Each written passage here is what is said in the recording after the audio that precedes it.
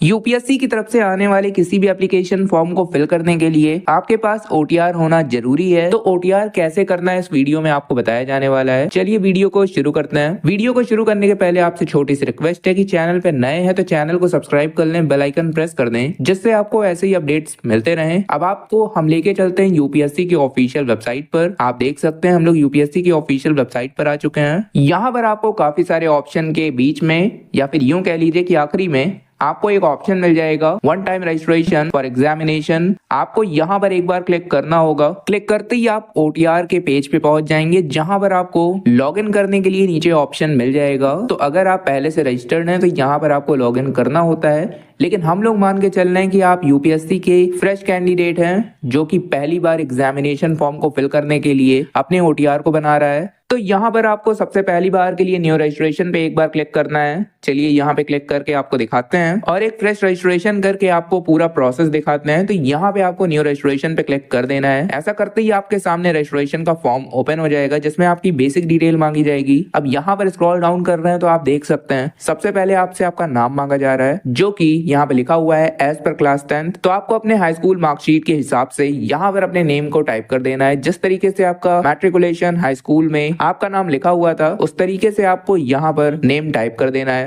नीचे verify name में आपको अपने नेम को रिटाइप करके वेरीफाई कर देना होगा। देखिए यहाँ पर आपसे हर एक डिटेल को 2 बार लिया जाएगा। ऐसा इसलिए किया जाएगा जिससे आप कोई भी डिटेल देने में टाइपिंग मिस्टेक ना कर दें, तो इसीलिए हर एक चीज को यहाँ पे 2 बार पूछा जा रहा है। अब यहाँ पे स्क्रॉल डाउन करते हैं। नीचे आपसे पूछा जा रहा है कि क्या आपने कभी अपने नाम में परिवर्तन किया है। तो अगर किया है तो यस कीजिए और नीचे आपको अपने परिवर्तित नेम को बता देना होगा। अगर नहीं किया है तो यहाँ पे नो कर दें। उसके बाद नीचे आपको जेंडर सेलेक्ट करना है, डेट ऑफ बर्थ बताना होगा, फादर्स नेम मदर्स नेम बता देना होगा और यहाँ पर आपको हर एक डिटेल को 2 बार देना है, जिससे आपकी डिटेल वेरीफाई हो सके। तो यहाँ पर डिटेल को देने के बाद हम लोग यहाँ पे स्क्रॉल डाउन करते हैं। अब नीचे आपसे माइनॉरिटी स्टेटस पूछ रहा है, तो यहाँ पे अपने कैटेगरी वाइज यस या नो आप कर दें। अगर आप माइनॉरिटी कैटेगरी में आते हैं तो यस करें। नीचे आपको कैटेगरी ऑप्शन मिल जाएगा, तो वहां पर अपने कैटेगरी को सेलेक्ट कर लें। अगर आप माइनॉरिटी कैटेगरी में नहीं आते हैं तो नो करें। नीचे आपसे मोबाइल नंबर मांग रहा है, तो एक्टिव मोबाइल नंबर दें, क्योंकि मोबाइल नंबर पर ओटीपी जाएगा। उसके बाद अल्टरनेटिव मोबाइल नंबर मांग रहा है, तो अगर है तो दीजिए, वरना कोई बात नहीं, आप इसे खाली भी छोड़ सकते हैं। इसी तरीके से नीचे आपसे ईमेल आईडी मांग रहा है, तो ईमेल आईडी पर भी ओटीपी जाएगा,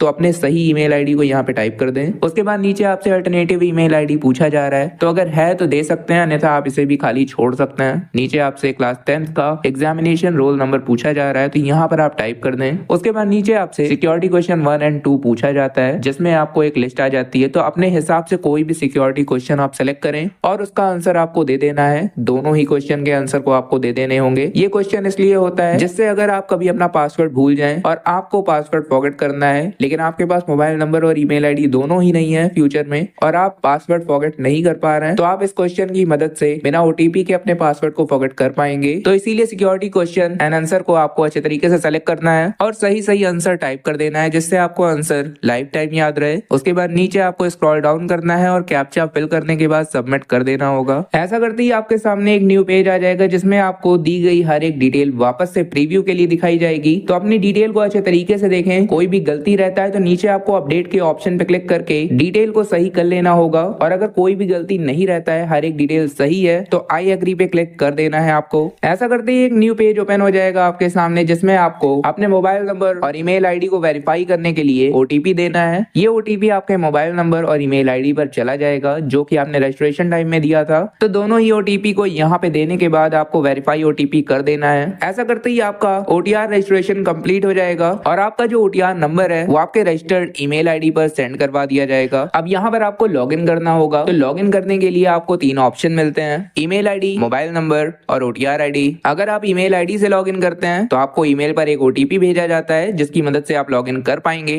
अगर आप मोबाइल नंबर से लॉगिन करते हैं तो भी आपको मोबाइल नंबर पर एक ओटीपी भेजा जाएगा, जिसकी मदद से आप लॉगिन कर पाएंगे। और तीसरा ऑप्शन आपके लिए ओटीआर आईडी का होता है। तो यहाँ पे आप क्लिक करेंगे तो आपसे पासवर्ड मांगा जाता है। अब आप कहेंगे कि पासवर्ड तो आपने बनाया नहीं है, तो देखिए सबसे पहली बार के लिए जब आप लॉगिन करेंगे तो आपको सबसे पहला पेज पासवर्ड क्रिएट करने का ही ओपन होगा। तो आप सबसे पहले अपने ईमेल आईडी या मोबाइल नंबर की मदद से लॉगिन कीजिए। जैसे ही आप लॉगिन करेंगे ओटीपी के माध्यम से, आपके सामने पासवर्ड क्रिएट करने का पेज ओपन हो जाएगा, जिसमें आपको न्यू पासवर्ड और वेरीफाई पासवर्ड में 2 बार अपने बनाए गए पासवर्ड को फिल कर देना है।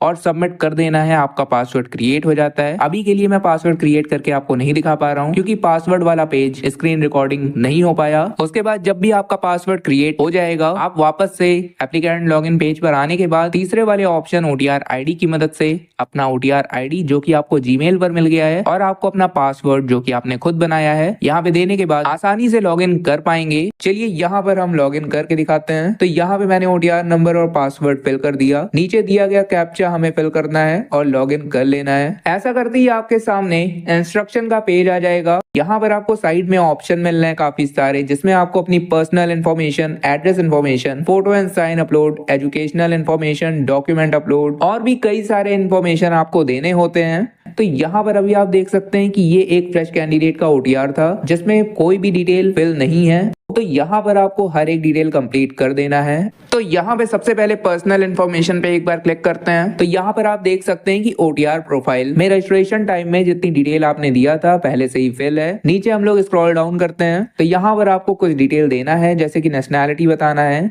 मदर टंग बता देना है, आपको मैरिटल स्टेटस बताना होगा। उसके बाद प्लेस ऑफ बर्थ यहाँ पे इंडिया या फिर आउटसाइड इंडिया आपको बता देना है। नीचे आपसे post office name, city town village name, उसके बाद state, UT, district, pin code और आपका कम्युनिटी पूछा जा रहा है। तो कम्युनिटी में आप यहाँ पे अपने कास्ट को सेलेक्ट कर सकते हैं। आपका जो भी कास्ट है, general, EWS, SC, ST, OBC जो भी है यहाँ पर आप सेलेक्ट करें। अगर आप OBC हैं, OBC आप सेलेक्ट करते हैं तो नीचे आपसे क्रीमी लेयर के बारे में पूछा जाएगा। तो यस या नो में अपने हिसाब से आप बता दें। अगर आप क्रीमी लेयर में आते हैं तो यस करें, अन्यथा नो करें। उसके बाद यहाँ पे स्क्रॉल डाउन करते हैं तो नीचे आपसे सर्टिफिकेट नंबर मांगा जा रहा है, जो कि आपका कम्युनिटी सर्टिफिकेट होना चाहिए, जाति प्रमाण पत्र होना चाहिए। तो उसका सर्टिफिकेट नंबर आप यहाँ पे दे दें। इशूइंग अथॉरिटी, इशूइंग स्टेट और डेट ऑफ इशू आपको बता देना है। इसके बाद नीचे आपसे full address of issuing authority, यहाँ पर आपको सारी डिटेल दे देनी है। अब नीचे आप यहाँ पे देख सकते हैं name of the caste, tribe, community, ये आपके सर्टिफिकेट पे मेंशन मिल जाएगा। तो यहाँ पर आप टाइप कर दें। उसके बाद central list with SL number of caste, tribe, community, तो यहाँ पर आपको अपना सेंट्रल लिस्ट से SL नंबर निकाल कर दे देना है। अगर आप OBC हैं तो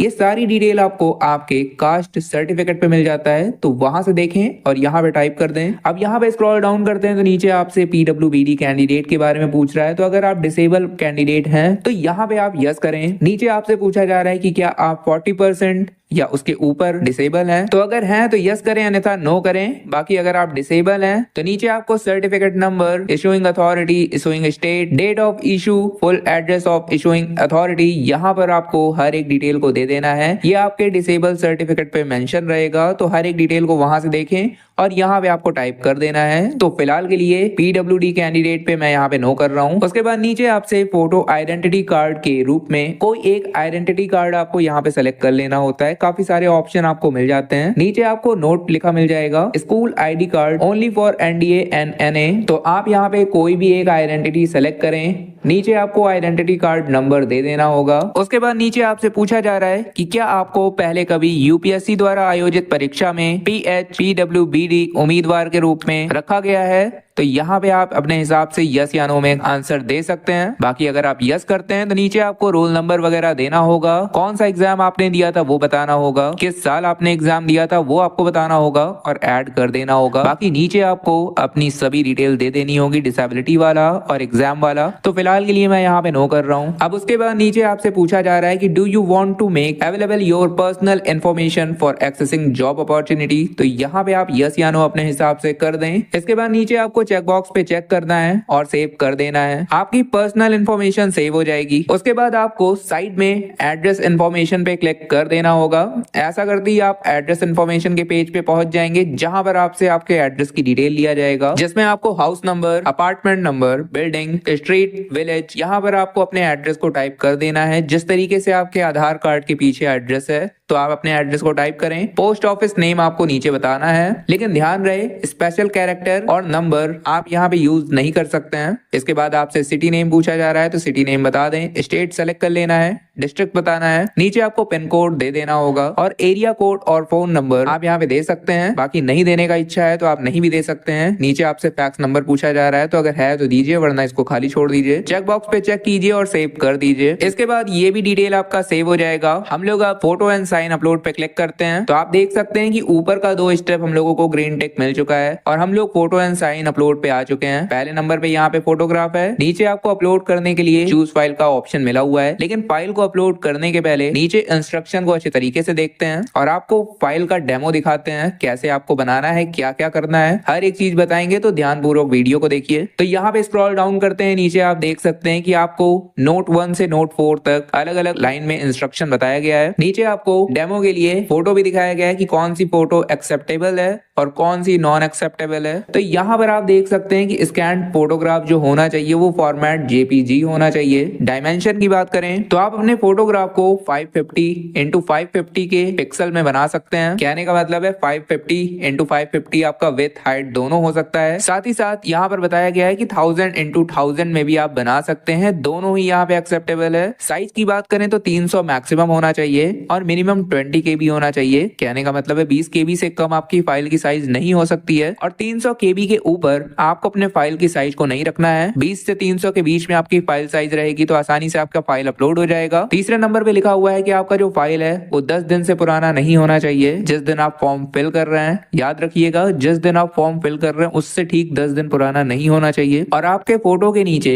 आपका फोटोग्राफ नेम होना चाहिए जिसमें आपका नाम होगा और डेट मेंशन होना चाहिए जिस दिन आपका फोटो कैप्चर किया गया है। अब यहाँ पे नीचे आप देख सकते हैं कि फोटो के नीचे नेम है और डीओपी है, डेट ऑफ फोटो। मैं यहाँ पे आपको अपने फोटो का फाइल दिखा दे रहा हूँ ओपन करके। तो आप ये देख सकते हैं कि डेमो के रूप में मैंने आपको दिखा दिया है। मेरी फोटो है, नीचे नाम है और डेट ऑफ फोटो जिस दिन ये फोटो कैप्चर किया गया था। इस तरीके से आपको बनाना है और इसको रिसाइज कर लेना है 550 इंटू 550 या फिर 1000 इंटू 1000 में, जो कि आपका पिक्सल होने वाला है। सभी इंस्ट्रक्शन ऊपर लिखे हुए हैं, अच्छे तरीके से पढ़िए, फाइल को बना के रखिए। अगर आप चाहते हैं कि फाइल कैसे बनाई जाती है उसके लिए भी वीडियो बनाया जाए तो नीचे आप कमेंट कर सकते हैं, आपके लिए अलग से वीडियो बना दिया जाएगा। तो मान के चलते हैं कि इंस्ट्रक्शन के हिसाब से आप अपना फाइल बनाकर सेव कर लिए हैं। तो यहाँ पर हम लोग ऊपर चलते हैं, चूज फाइल पे क्लिक करते हैं। आपने अपनी फाइल को जहां पर भी सेव किया है वहां से सेलेक्ट करके यहाँ पर अपलोड कर देना है। नीचे आपको चेक बॉक्स पे चेक करना है और सेव कर देना है। ऐसा करते ही आपका फोटो आपके सामने आ जाएगा और यहाँ पर लिख जाएगा the photograph image has been successfully uploaded. अगर आपको चेंज करना है तो एडिट का ऑप्शन साइड में मिल जाएगा। फिलहाल के लिए हम लोग सिग्नेचर अपलोड करते हैं तो सिग्नेचर वाले ऑप्शन पे क्लिक करना है, स्क्रॉल डाउन करते हैं और यहाँ पर सिग्नेचर का इंस्ट्रक्शन आप देख सकते हैं। फाइल फॉर्मेट जेपीजी होना चाहिए, डायमेंशन 350 विद 350 हाइट और साइज 20 से 300 केबी होना चाहिए। और नीचे आप देख सकते हैं कि कौन सी फाइल एक्सेप्ट की जाएगी और कौन सी नहीं की जाएगी, तो उस हिसाब से आप यहाँ पे फाइल बना के रखें। ऊपर चलते हैं, चूज फाइल पे क्लिक करने के बाद आपको अपनी फाइल को अपलोड कर देना है। चेक बॉक्स पे चेक करके सेव कर देना है, आपका फाइल अपलोड हो जाएगा। अब साइड में आपको एजुकेशनल इन्फॉर्मेशन पे जाना है। यहाँ पर आने पर मिनिमम क्वालिफिकेशन आप देख सकते हैं 10th, जो कि ऑटोमेटिक आपको शो कर जाएगा। यहाँ पर आपको आपके हाई स्कूल की डिटेल देनी है। क्लास डिवीजन ग्रेड आपका क्या था, आप यहाँ पे फर्स्ट सेकंड थर्ड लिख सकते हैं। परसेंटेज बताना है, अगर आपका सीजीपीए स्कोर था तो यहाँ पे आपको सीजीपीए स्कोर दे देना है। उसके बाद हाई स्कूल का पासिंग ईयर बताना है, सब्जेक्ट बताना है, नेम ऑफ स्कूल बताना है, नेम ऑफ बोर्ड बताना है और सेव कर देना है। जैसे ही आप सेव करेंगे आपके सामने इंटरमीडिएट का ऑप्शन आ जाएगा। अब सेम तरीके से आपको इंटरमीडिएट की डिटेल दे देनी है। सबसे पहले आपको बताना है कि क्या आपने इंटरमीडिएट कंप्लीट किया है या अपीयरिंग है, तो आप अपने हिसाब से बता दें। अगर आप इंटर कंप्लीट कर दिए हैं तो नीचे आपसे सेम तरीके से class division grade percentage CGPA score वगैरह पूछेगा, passing year subject board name ये सब आपसे पूछेगा। तो डिटेल दें और सेव कर दें। देखिए यहाँ पे डिटेल आप बार बार भी फिल कर सकते हैं, बाद में आके एडिट भी कर सकते हैं और यहाँ पे डिटेल उस तरीके से आपको फिल किया जाता है जिस तरह का आप फॉर्म फिल करने वाले हैं। जैसे करंट टाइम की बात कर लें तो यहाँ पर एनडीए का फॉर्म और सीडीएस का फॉर्म एक्टिव है। अगर आप एनडीए का फॉर्म फिल करना चाह रहे हैं तो उसके लिए आपको यहाँ पे 10+2 देना है और अगर आप सीडीएस का फॉर्म फिल करना चाह रहे हैं तो उसके लिए क्वालिफिकेशन आपका ग्रेजुएशन तक होना चाहिए। तो अपने हिसाब से आपको जो भी फॉर्म फिल करना है उस हिसाब से यहाँ पर आप डिटेल दे सकते हैं। बाकी अगर आप हर एक डिटेल देना चाहते हैं यूजी पीजी तक तो आप वो भी दे सकते हैं, अगर किए हैं तो। नहीं किए हैं तो जहां तक किए हैं आप दे सकते हैं। फ्यूचर में आने वाले फॉर्म आप तभी फिल कर पाएंगे जब यहाँ पर आपका क्वालिफिकेशन ऐड होगा। अगर ऐसा कोई फॉर्म फ्यूचर में एक्टिव होगा जिसमें यूजी या पीजी भी मांगा जाता है तो आप वापस से यहाँ पर आके यूजी या पीजी ऐड कर देंगे तो उस फॉर्म के लिए भी आप एलिजिबल हो जाएंगे। तो अभी के लिए आप यहाँ पे समझ के रखें, जितनी भी क्वालिफिकेशन आपने क्वालिफाई किया है सभी को ऐड कर दें और ऐड करने के बाद आपको सेव कर देना है। साइड में आपको डॉक्यूमेंट अपलोड पे क्लिक करना होगा। अब डॉक्यूमेंट अपलोड में यहाँ पर 3 डॉक्यूमेंट आपको मैंडेटरी है, जिसमें पहले नंबर पर आपसे मैट्रिकुलेशन सर्टिफिकेट जो कि आपके बर्थ सर्टिफिकेट के रूप में काम आएगा, तो यहाँ पर आपको अपने हाई स्कूल सर्टिफिकेट को अपलोड कर देना है। सेकंड नंबर पे आपसे क्लास 12 अगर आप एनडीए का फॉर्म फिल कर रहे हैं तो यहाँ पे क्लास 12 पास है सर्टिफिकेट या मार्कशीट अपलोड कर सकते हैं, या फिर ग्रेजुएशन पास है तो उसका भी सर्टिफिकेट मार्कशीट आप अपलोड कर सकते हैं, या फिर उसके समकक्ष। तो यहाँ पर अच्छे तरीके से पढ़ें और अपने मार्कशीट या सर्टिफिकेट को या फिर इक्विवेलेंट सर्टिफिकेट को अपलोड कर दें। तीसरे नंबर पे आपसे फोटो आईडी प्रूफ, जिसमें आप Aadhaar card, voter ID card, PAN card जो भी आपने सेलेक्ट किया है उसको आप यहाँ पे पीडीएफ फॉर्म में अपलोड कर दें। तीनों ही फाइल आपका पीडीएफ फॉर्म में होना चाहिए। बाकी नीचे चौथे नंबर से लेकर 7वें नंबर तक आपको बहुत सारे फाइल अपलोड करने का ऑप्शन यहाँ पे दिख जाएगा। जैसे कि आप देख सकते हैं कि एज रिलैक्सेशन अगर आपको चाहिए, उसके बाद आपके पास और भी अदर डॉक्यूमेंट अचीवमेंट वगैरह है तो आप यहाँ पे अपलोड कर सकते हैं। उसके बाद यहाँ पर डॉक्यूमेंट अपलोड करने के बाद आपको पेरेंटल इन्फॉर्मेशन पे जाना है और यहाँ पर सबसे पहले फादर इन्फॉर्मेशन आपके सामने ओपन होगा, जिसमें फादर नेम ऑटोमेटिक आ जाएगा क्योंकि रजिस्ट्रेशन टाइम में आपने फादर्स नेम फिल किया था। नेशनैलिटी सेलेक्ट करना है अपने फादर का, प्रोफेशन बताना है। उसके बाद नीचे फादर्स का प्रेजेंट एड्रेस मांगा जा रहा है तो मैं यहाँ पे स्क्रॉल डाउन कर देता हूँ। आप यहाँ पे कॉरेस्पॉन्डेंस या परमानेंट दोनों में से कोई भी एक सेलेक्ट करेंगे तो आपके द्वारा आपके एड्रेस में जो फिल किया गया था वो फादर एड्रेस में ऑटोमेटिक आ जाएगा। अगर आपके फादर का एड्रेस अलग है तो आप ऊपर सेलेक्ट ना करें बल्कि मैनुअली यहाँ पे टाइप कर दें। उसके बाद नीचे आपसे पूछा जा रहा है आपके फादर की सर्विस के बारे में, तो यहाँ पर आप डिटेल को अपने तरीके से बता दीजिए। अगर कोई डिटेल नहीं है तो आप NA लिख सकते हैं, नॉट एप्लीकेबल। बाकी एनुअल इनकम बता दीजिए फादर का, स्टेट बता दीजिए जहाँ पर आपके फादर निवास करते हैं, बाकी डिस्ट्रिक्ट बता दीजिए कि किस डिस्ट्रिक्ट में आपके फादर निवास करते हैं और सेव कर दीजिए। सेव करने के बाद आपके सामने मदर इन्फॉर्मेशन के लिए ऑप्शन आ जाएगा। तो सेम तरीके से नेशनैलिटी, प्रोफेशन और यहाँ पर एड्रेस देने के बाद डिटेल को सेव कर दीजिए। अब साइड में हम लोग एम्प्लॉयमेंट इन्फॉर्मेशन पर आ चुके हैं।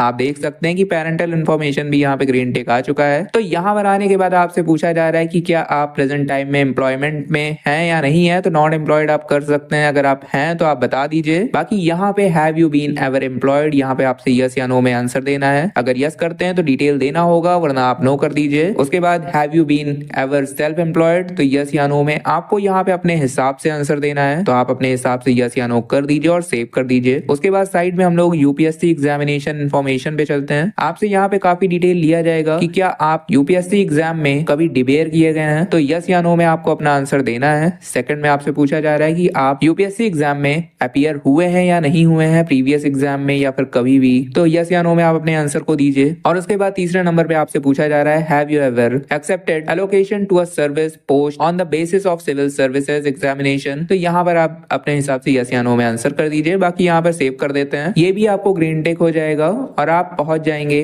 Achievement, prizes, medals and others पे। तो यहाँ पर आप अपनी डिटेल अगर है कुछ तो दीजिए, वरना इसे आप खाली छोड़ सकते हैं। और यहाँ पर आपको स्क्रॉल डाउन कर लेना होगा। नीचे आपको लैंग्वेज वगैरह बता देना है कि आप कौन कौन सी लैंग्वेज जानते हैं, कौन कौन सी आप रीड कर सकते हैं, कौन सी आप स्पीक कर सकते हैं। Read and speak, read, right, speak, आपको यहाँ पे हर एक चीज बता देना है। और यहाँ पे जो भी लैंग्वेज की बात आप कर रहे हैं, रीड, राइट, स्पीक या फिर रीड, राइट या फिर कोई भी एक चीज, आपने किस एग्जामिनेशन में पास किया है, 10, 12 या फिर अलग से आपने किसी लैंग्वेज के लिए कोई कोर्स किया है, तो यहाँ पे आप एग्जामिनेशन पास में बता सकते हैं और ऐड कर सकते हैं। फिलहाल के लिए यहाँ पर सभी डिटेल देने के बाद हम लोग यहाँ पे सेव करते हैं। अब यहाँ पे आप देख सकते हैं कि साइड में हर एक इन्फॉर्मेशन हम लोगों का कंप्लीट हो चुका है और सभी पे ग्रीन टिक मिल चुका चुका है। तो यहाँ पर आपको सारे स्टेप बता दिए गए हैं। एक बार आपका OTR रजिस्ट्रेशन कंप्लीट हो गया तो आपका ये लाइफ टाइम काम आएगा। आप OTR केवल एक ही बार कर सकते हैं लाइफ में, तो इस OTR को आप लाइफ टाइम याद रखिए, कभी भी भूलिए नहीं। फ्यूचर में आने वाले UPSC की तरफ से किसी भी एप्लीकेशन फॉर्म को आप इसी OTR से लॉगिन करके फिल कर पाएंगे। तो आने वाले हर एक एप्लीकेशन फॉर्म को कैसे फिल किया जाता है OTR के बाद, वो आपको समय समय पर एप्लीकेशन फॉर्म आने पर वीडियो के माध्यम से पता चलते रहेगा। चैनल पर आपको हर एक वीडियो मिलते रहेगा, तो जाकर अपना OTR कंप्लीट कर लीजिए। बाकी UPSC की तरफ से आने वाले किसी भी एप्लीकेशन फॉर्म को कैसे फिल करेंगे उसके लिए चैनल पर वीडियो आते रहेगा।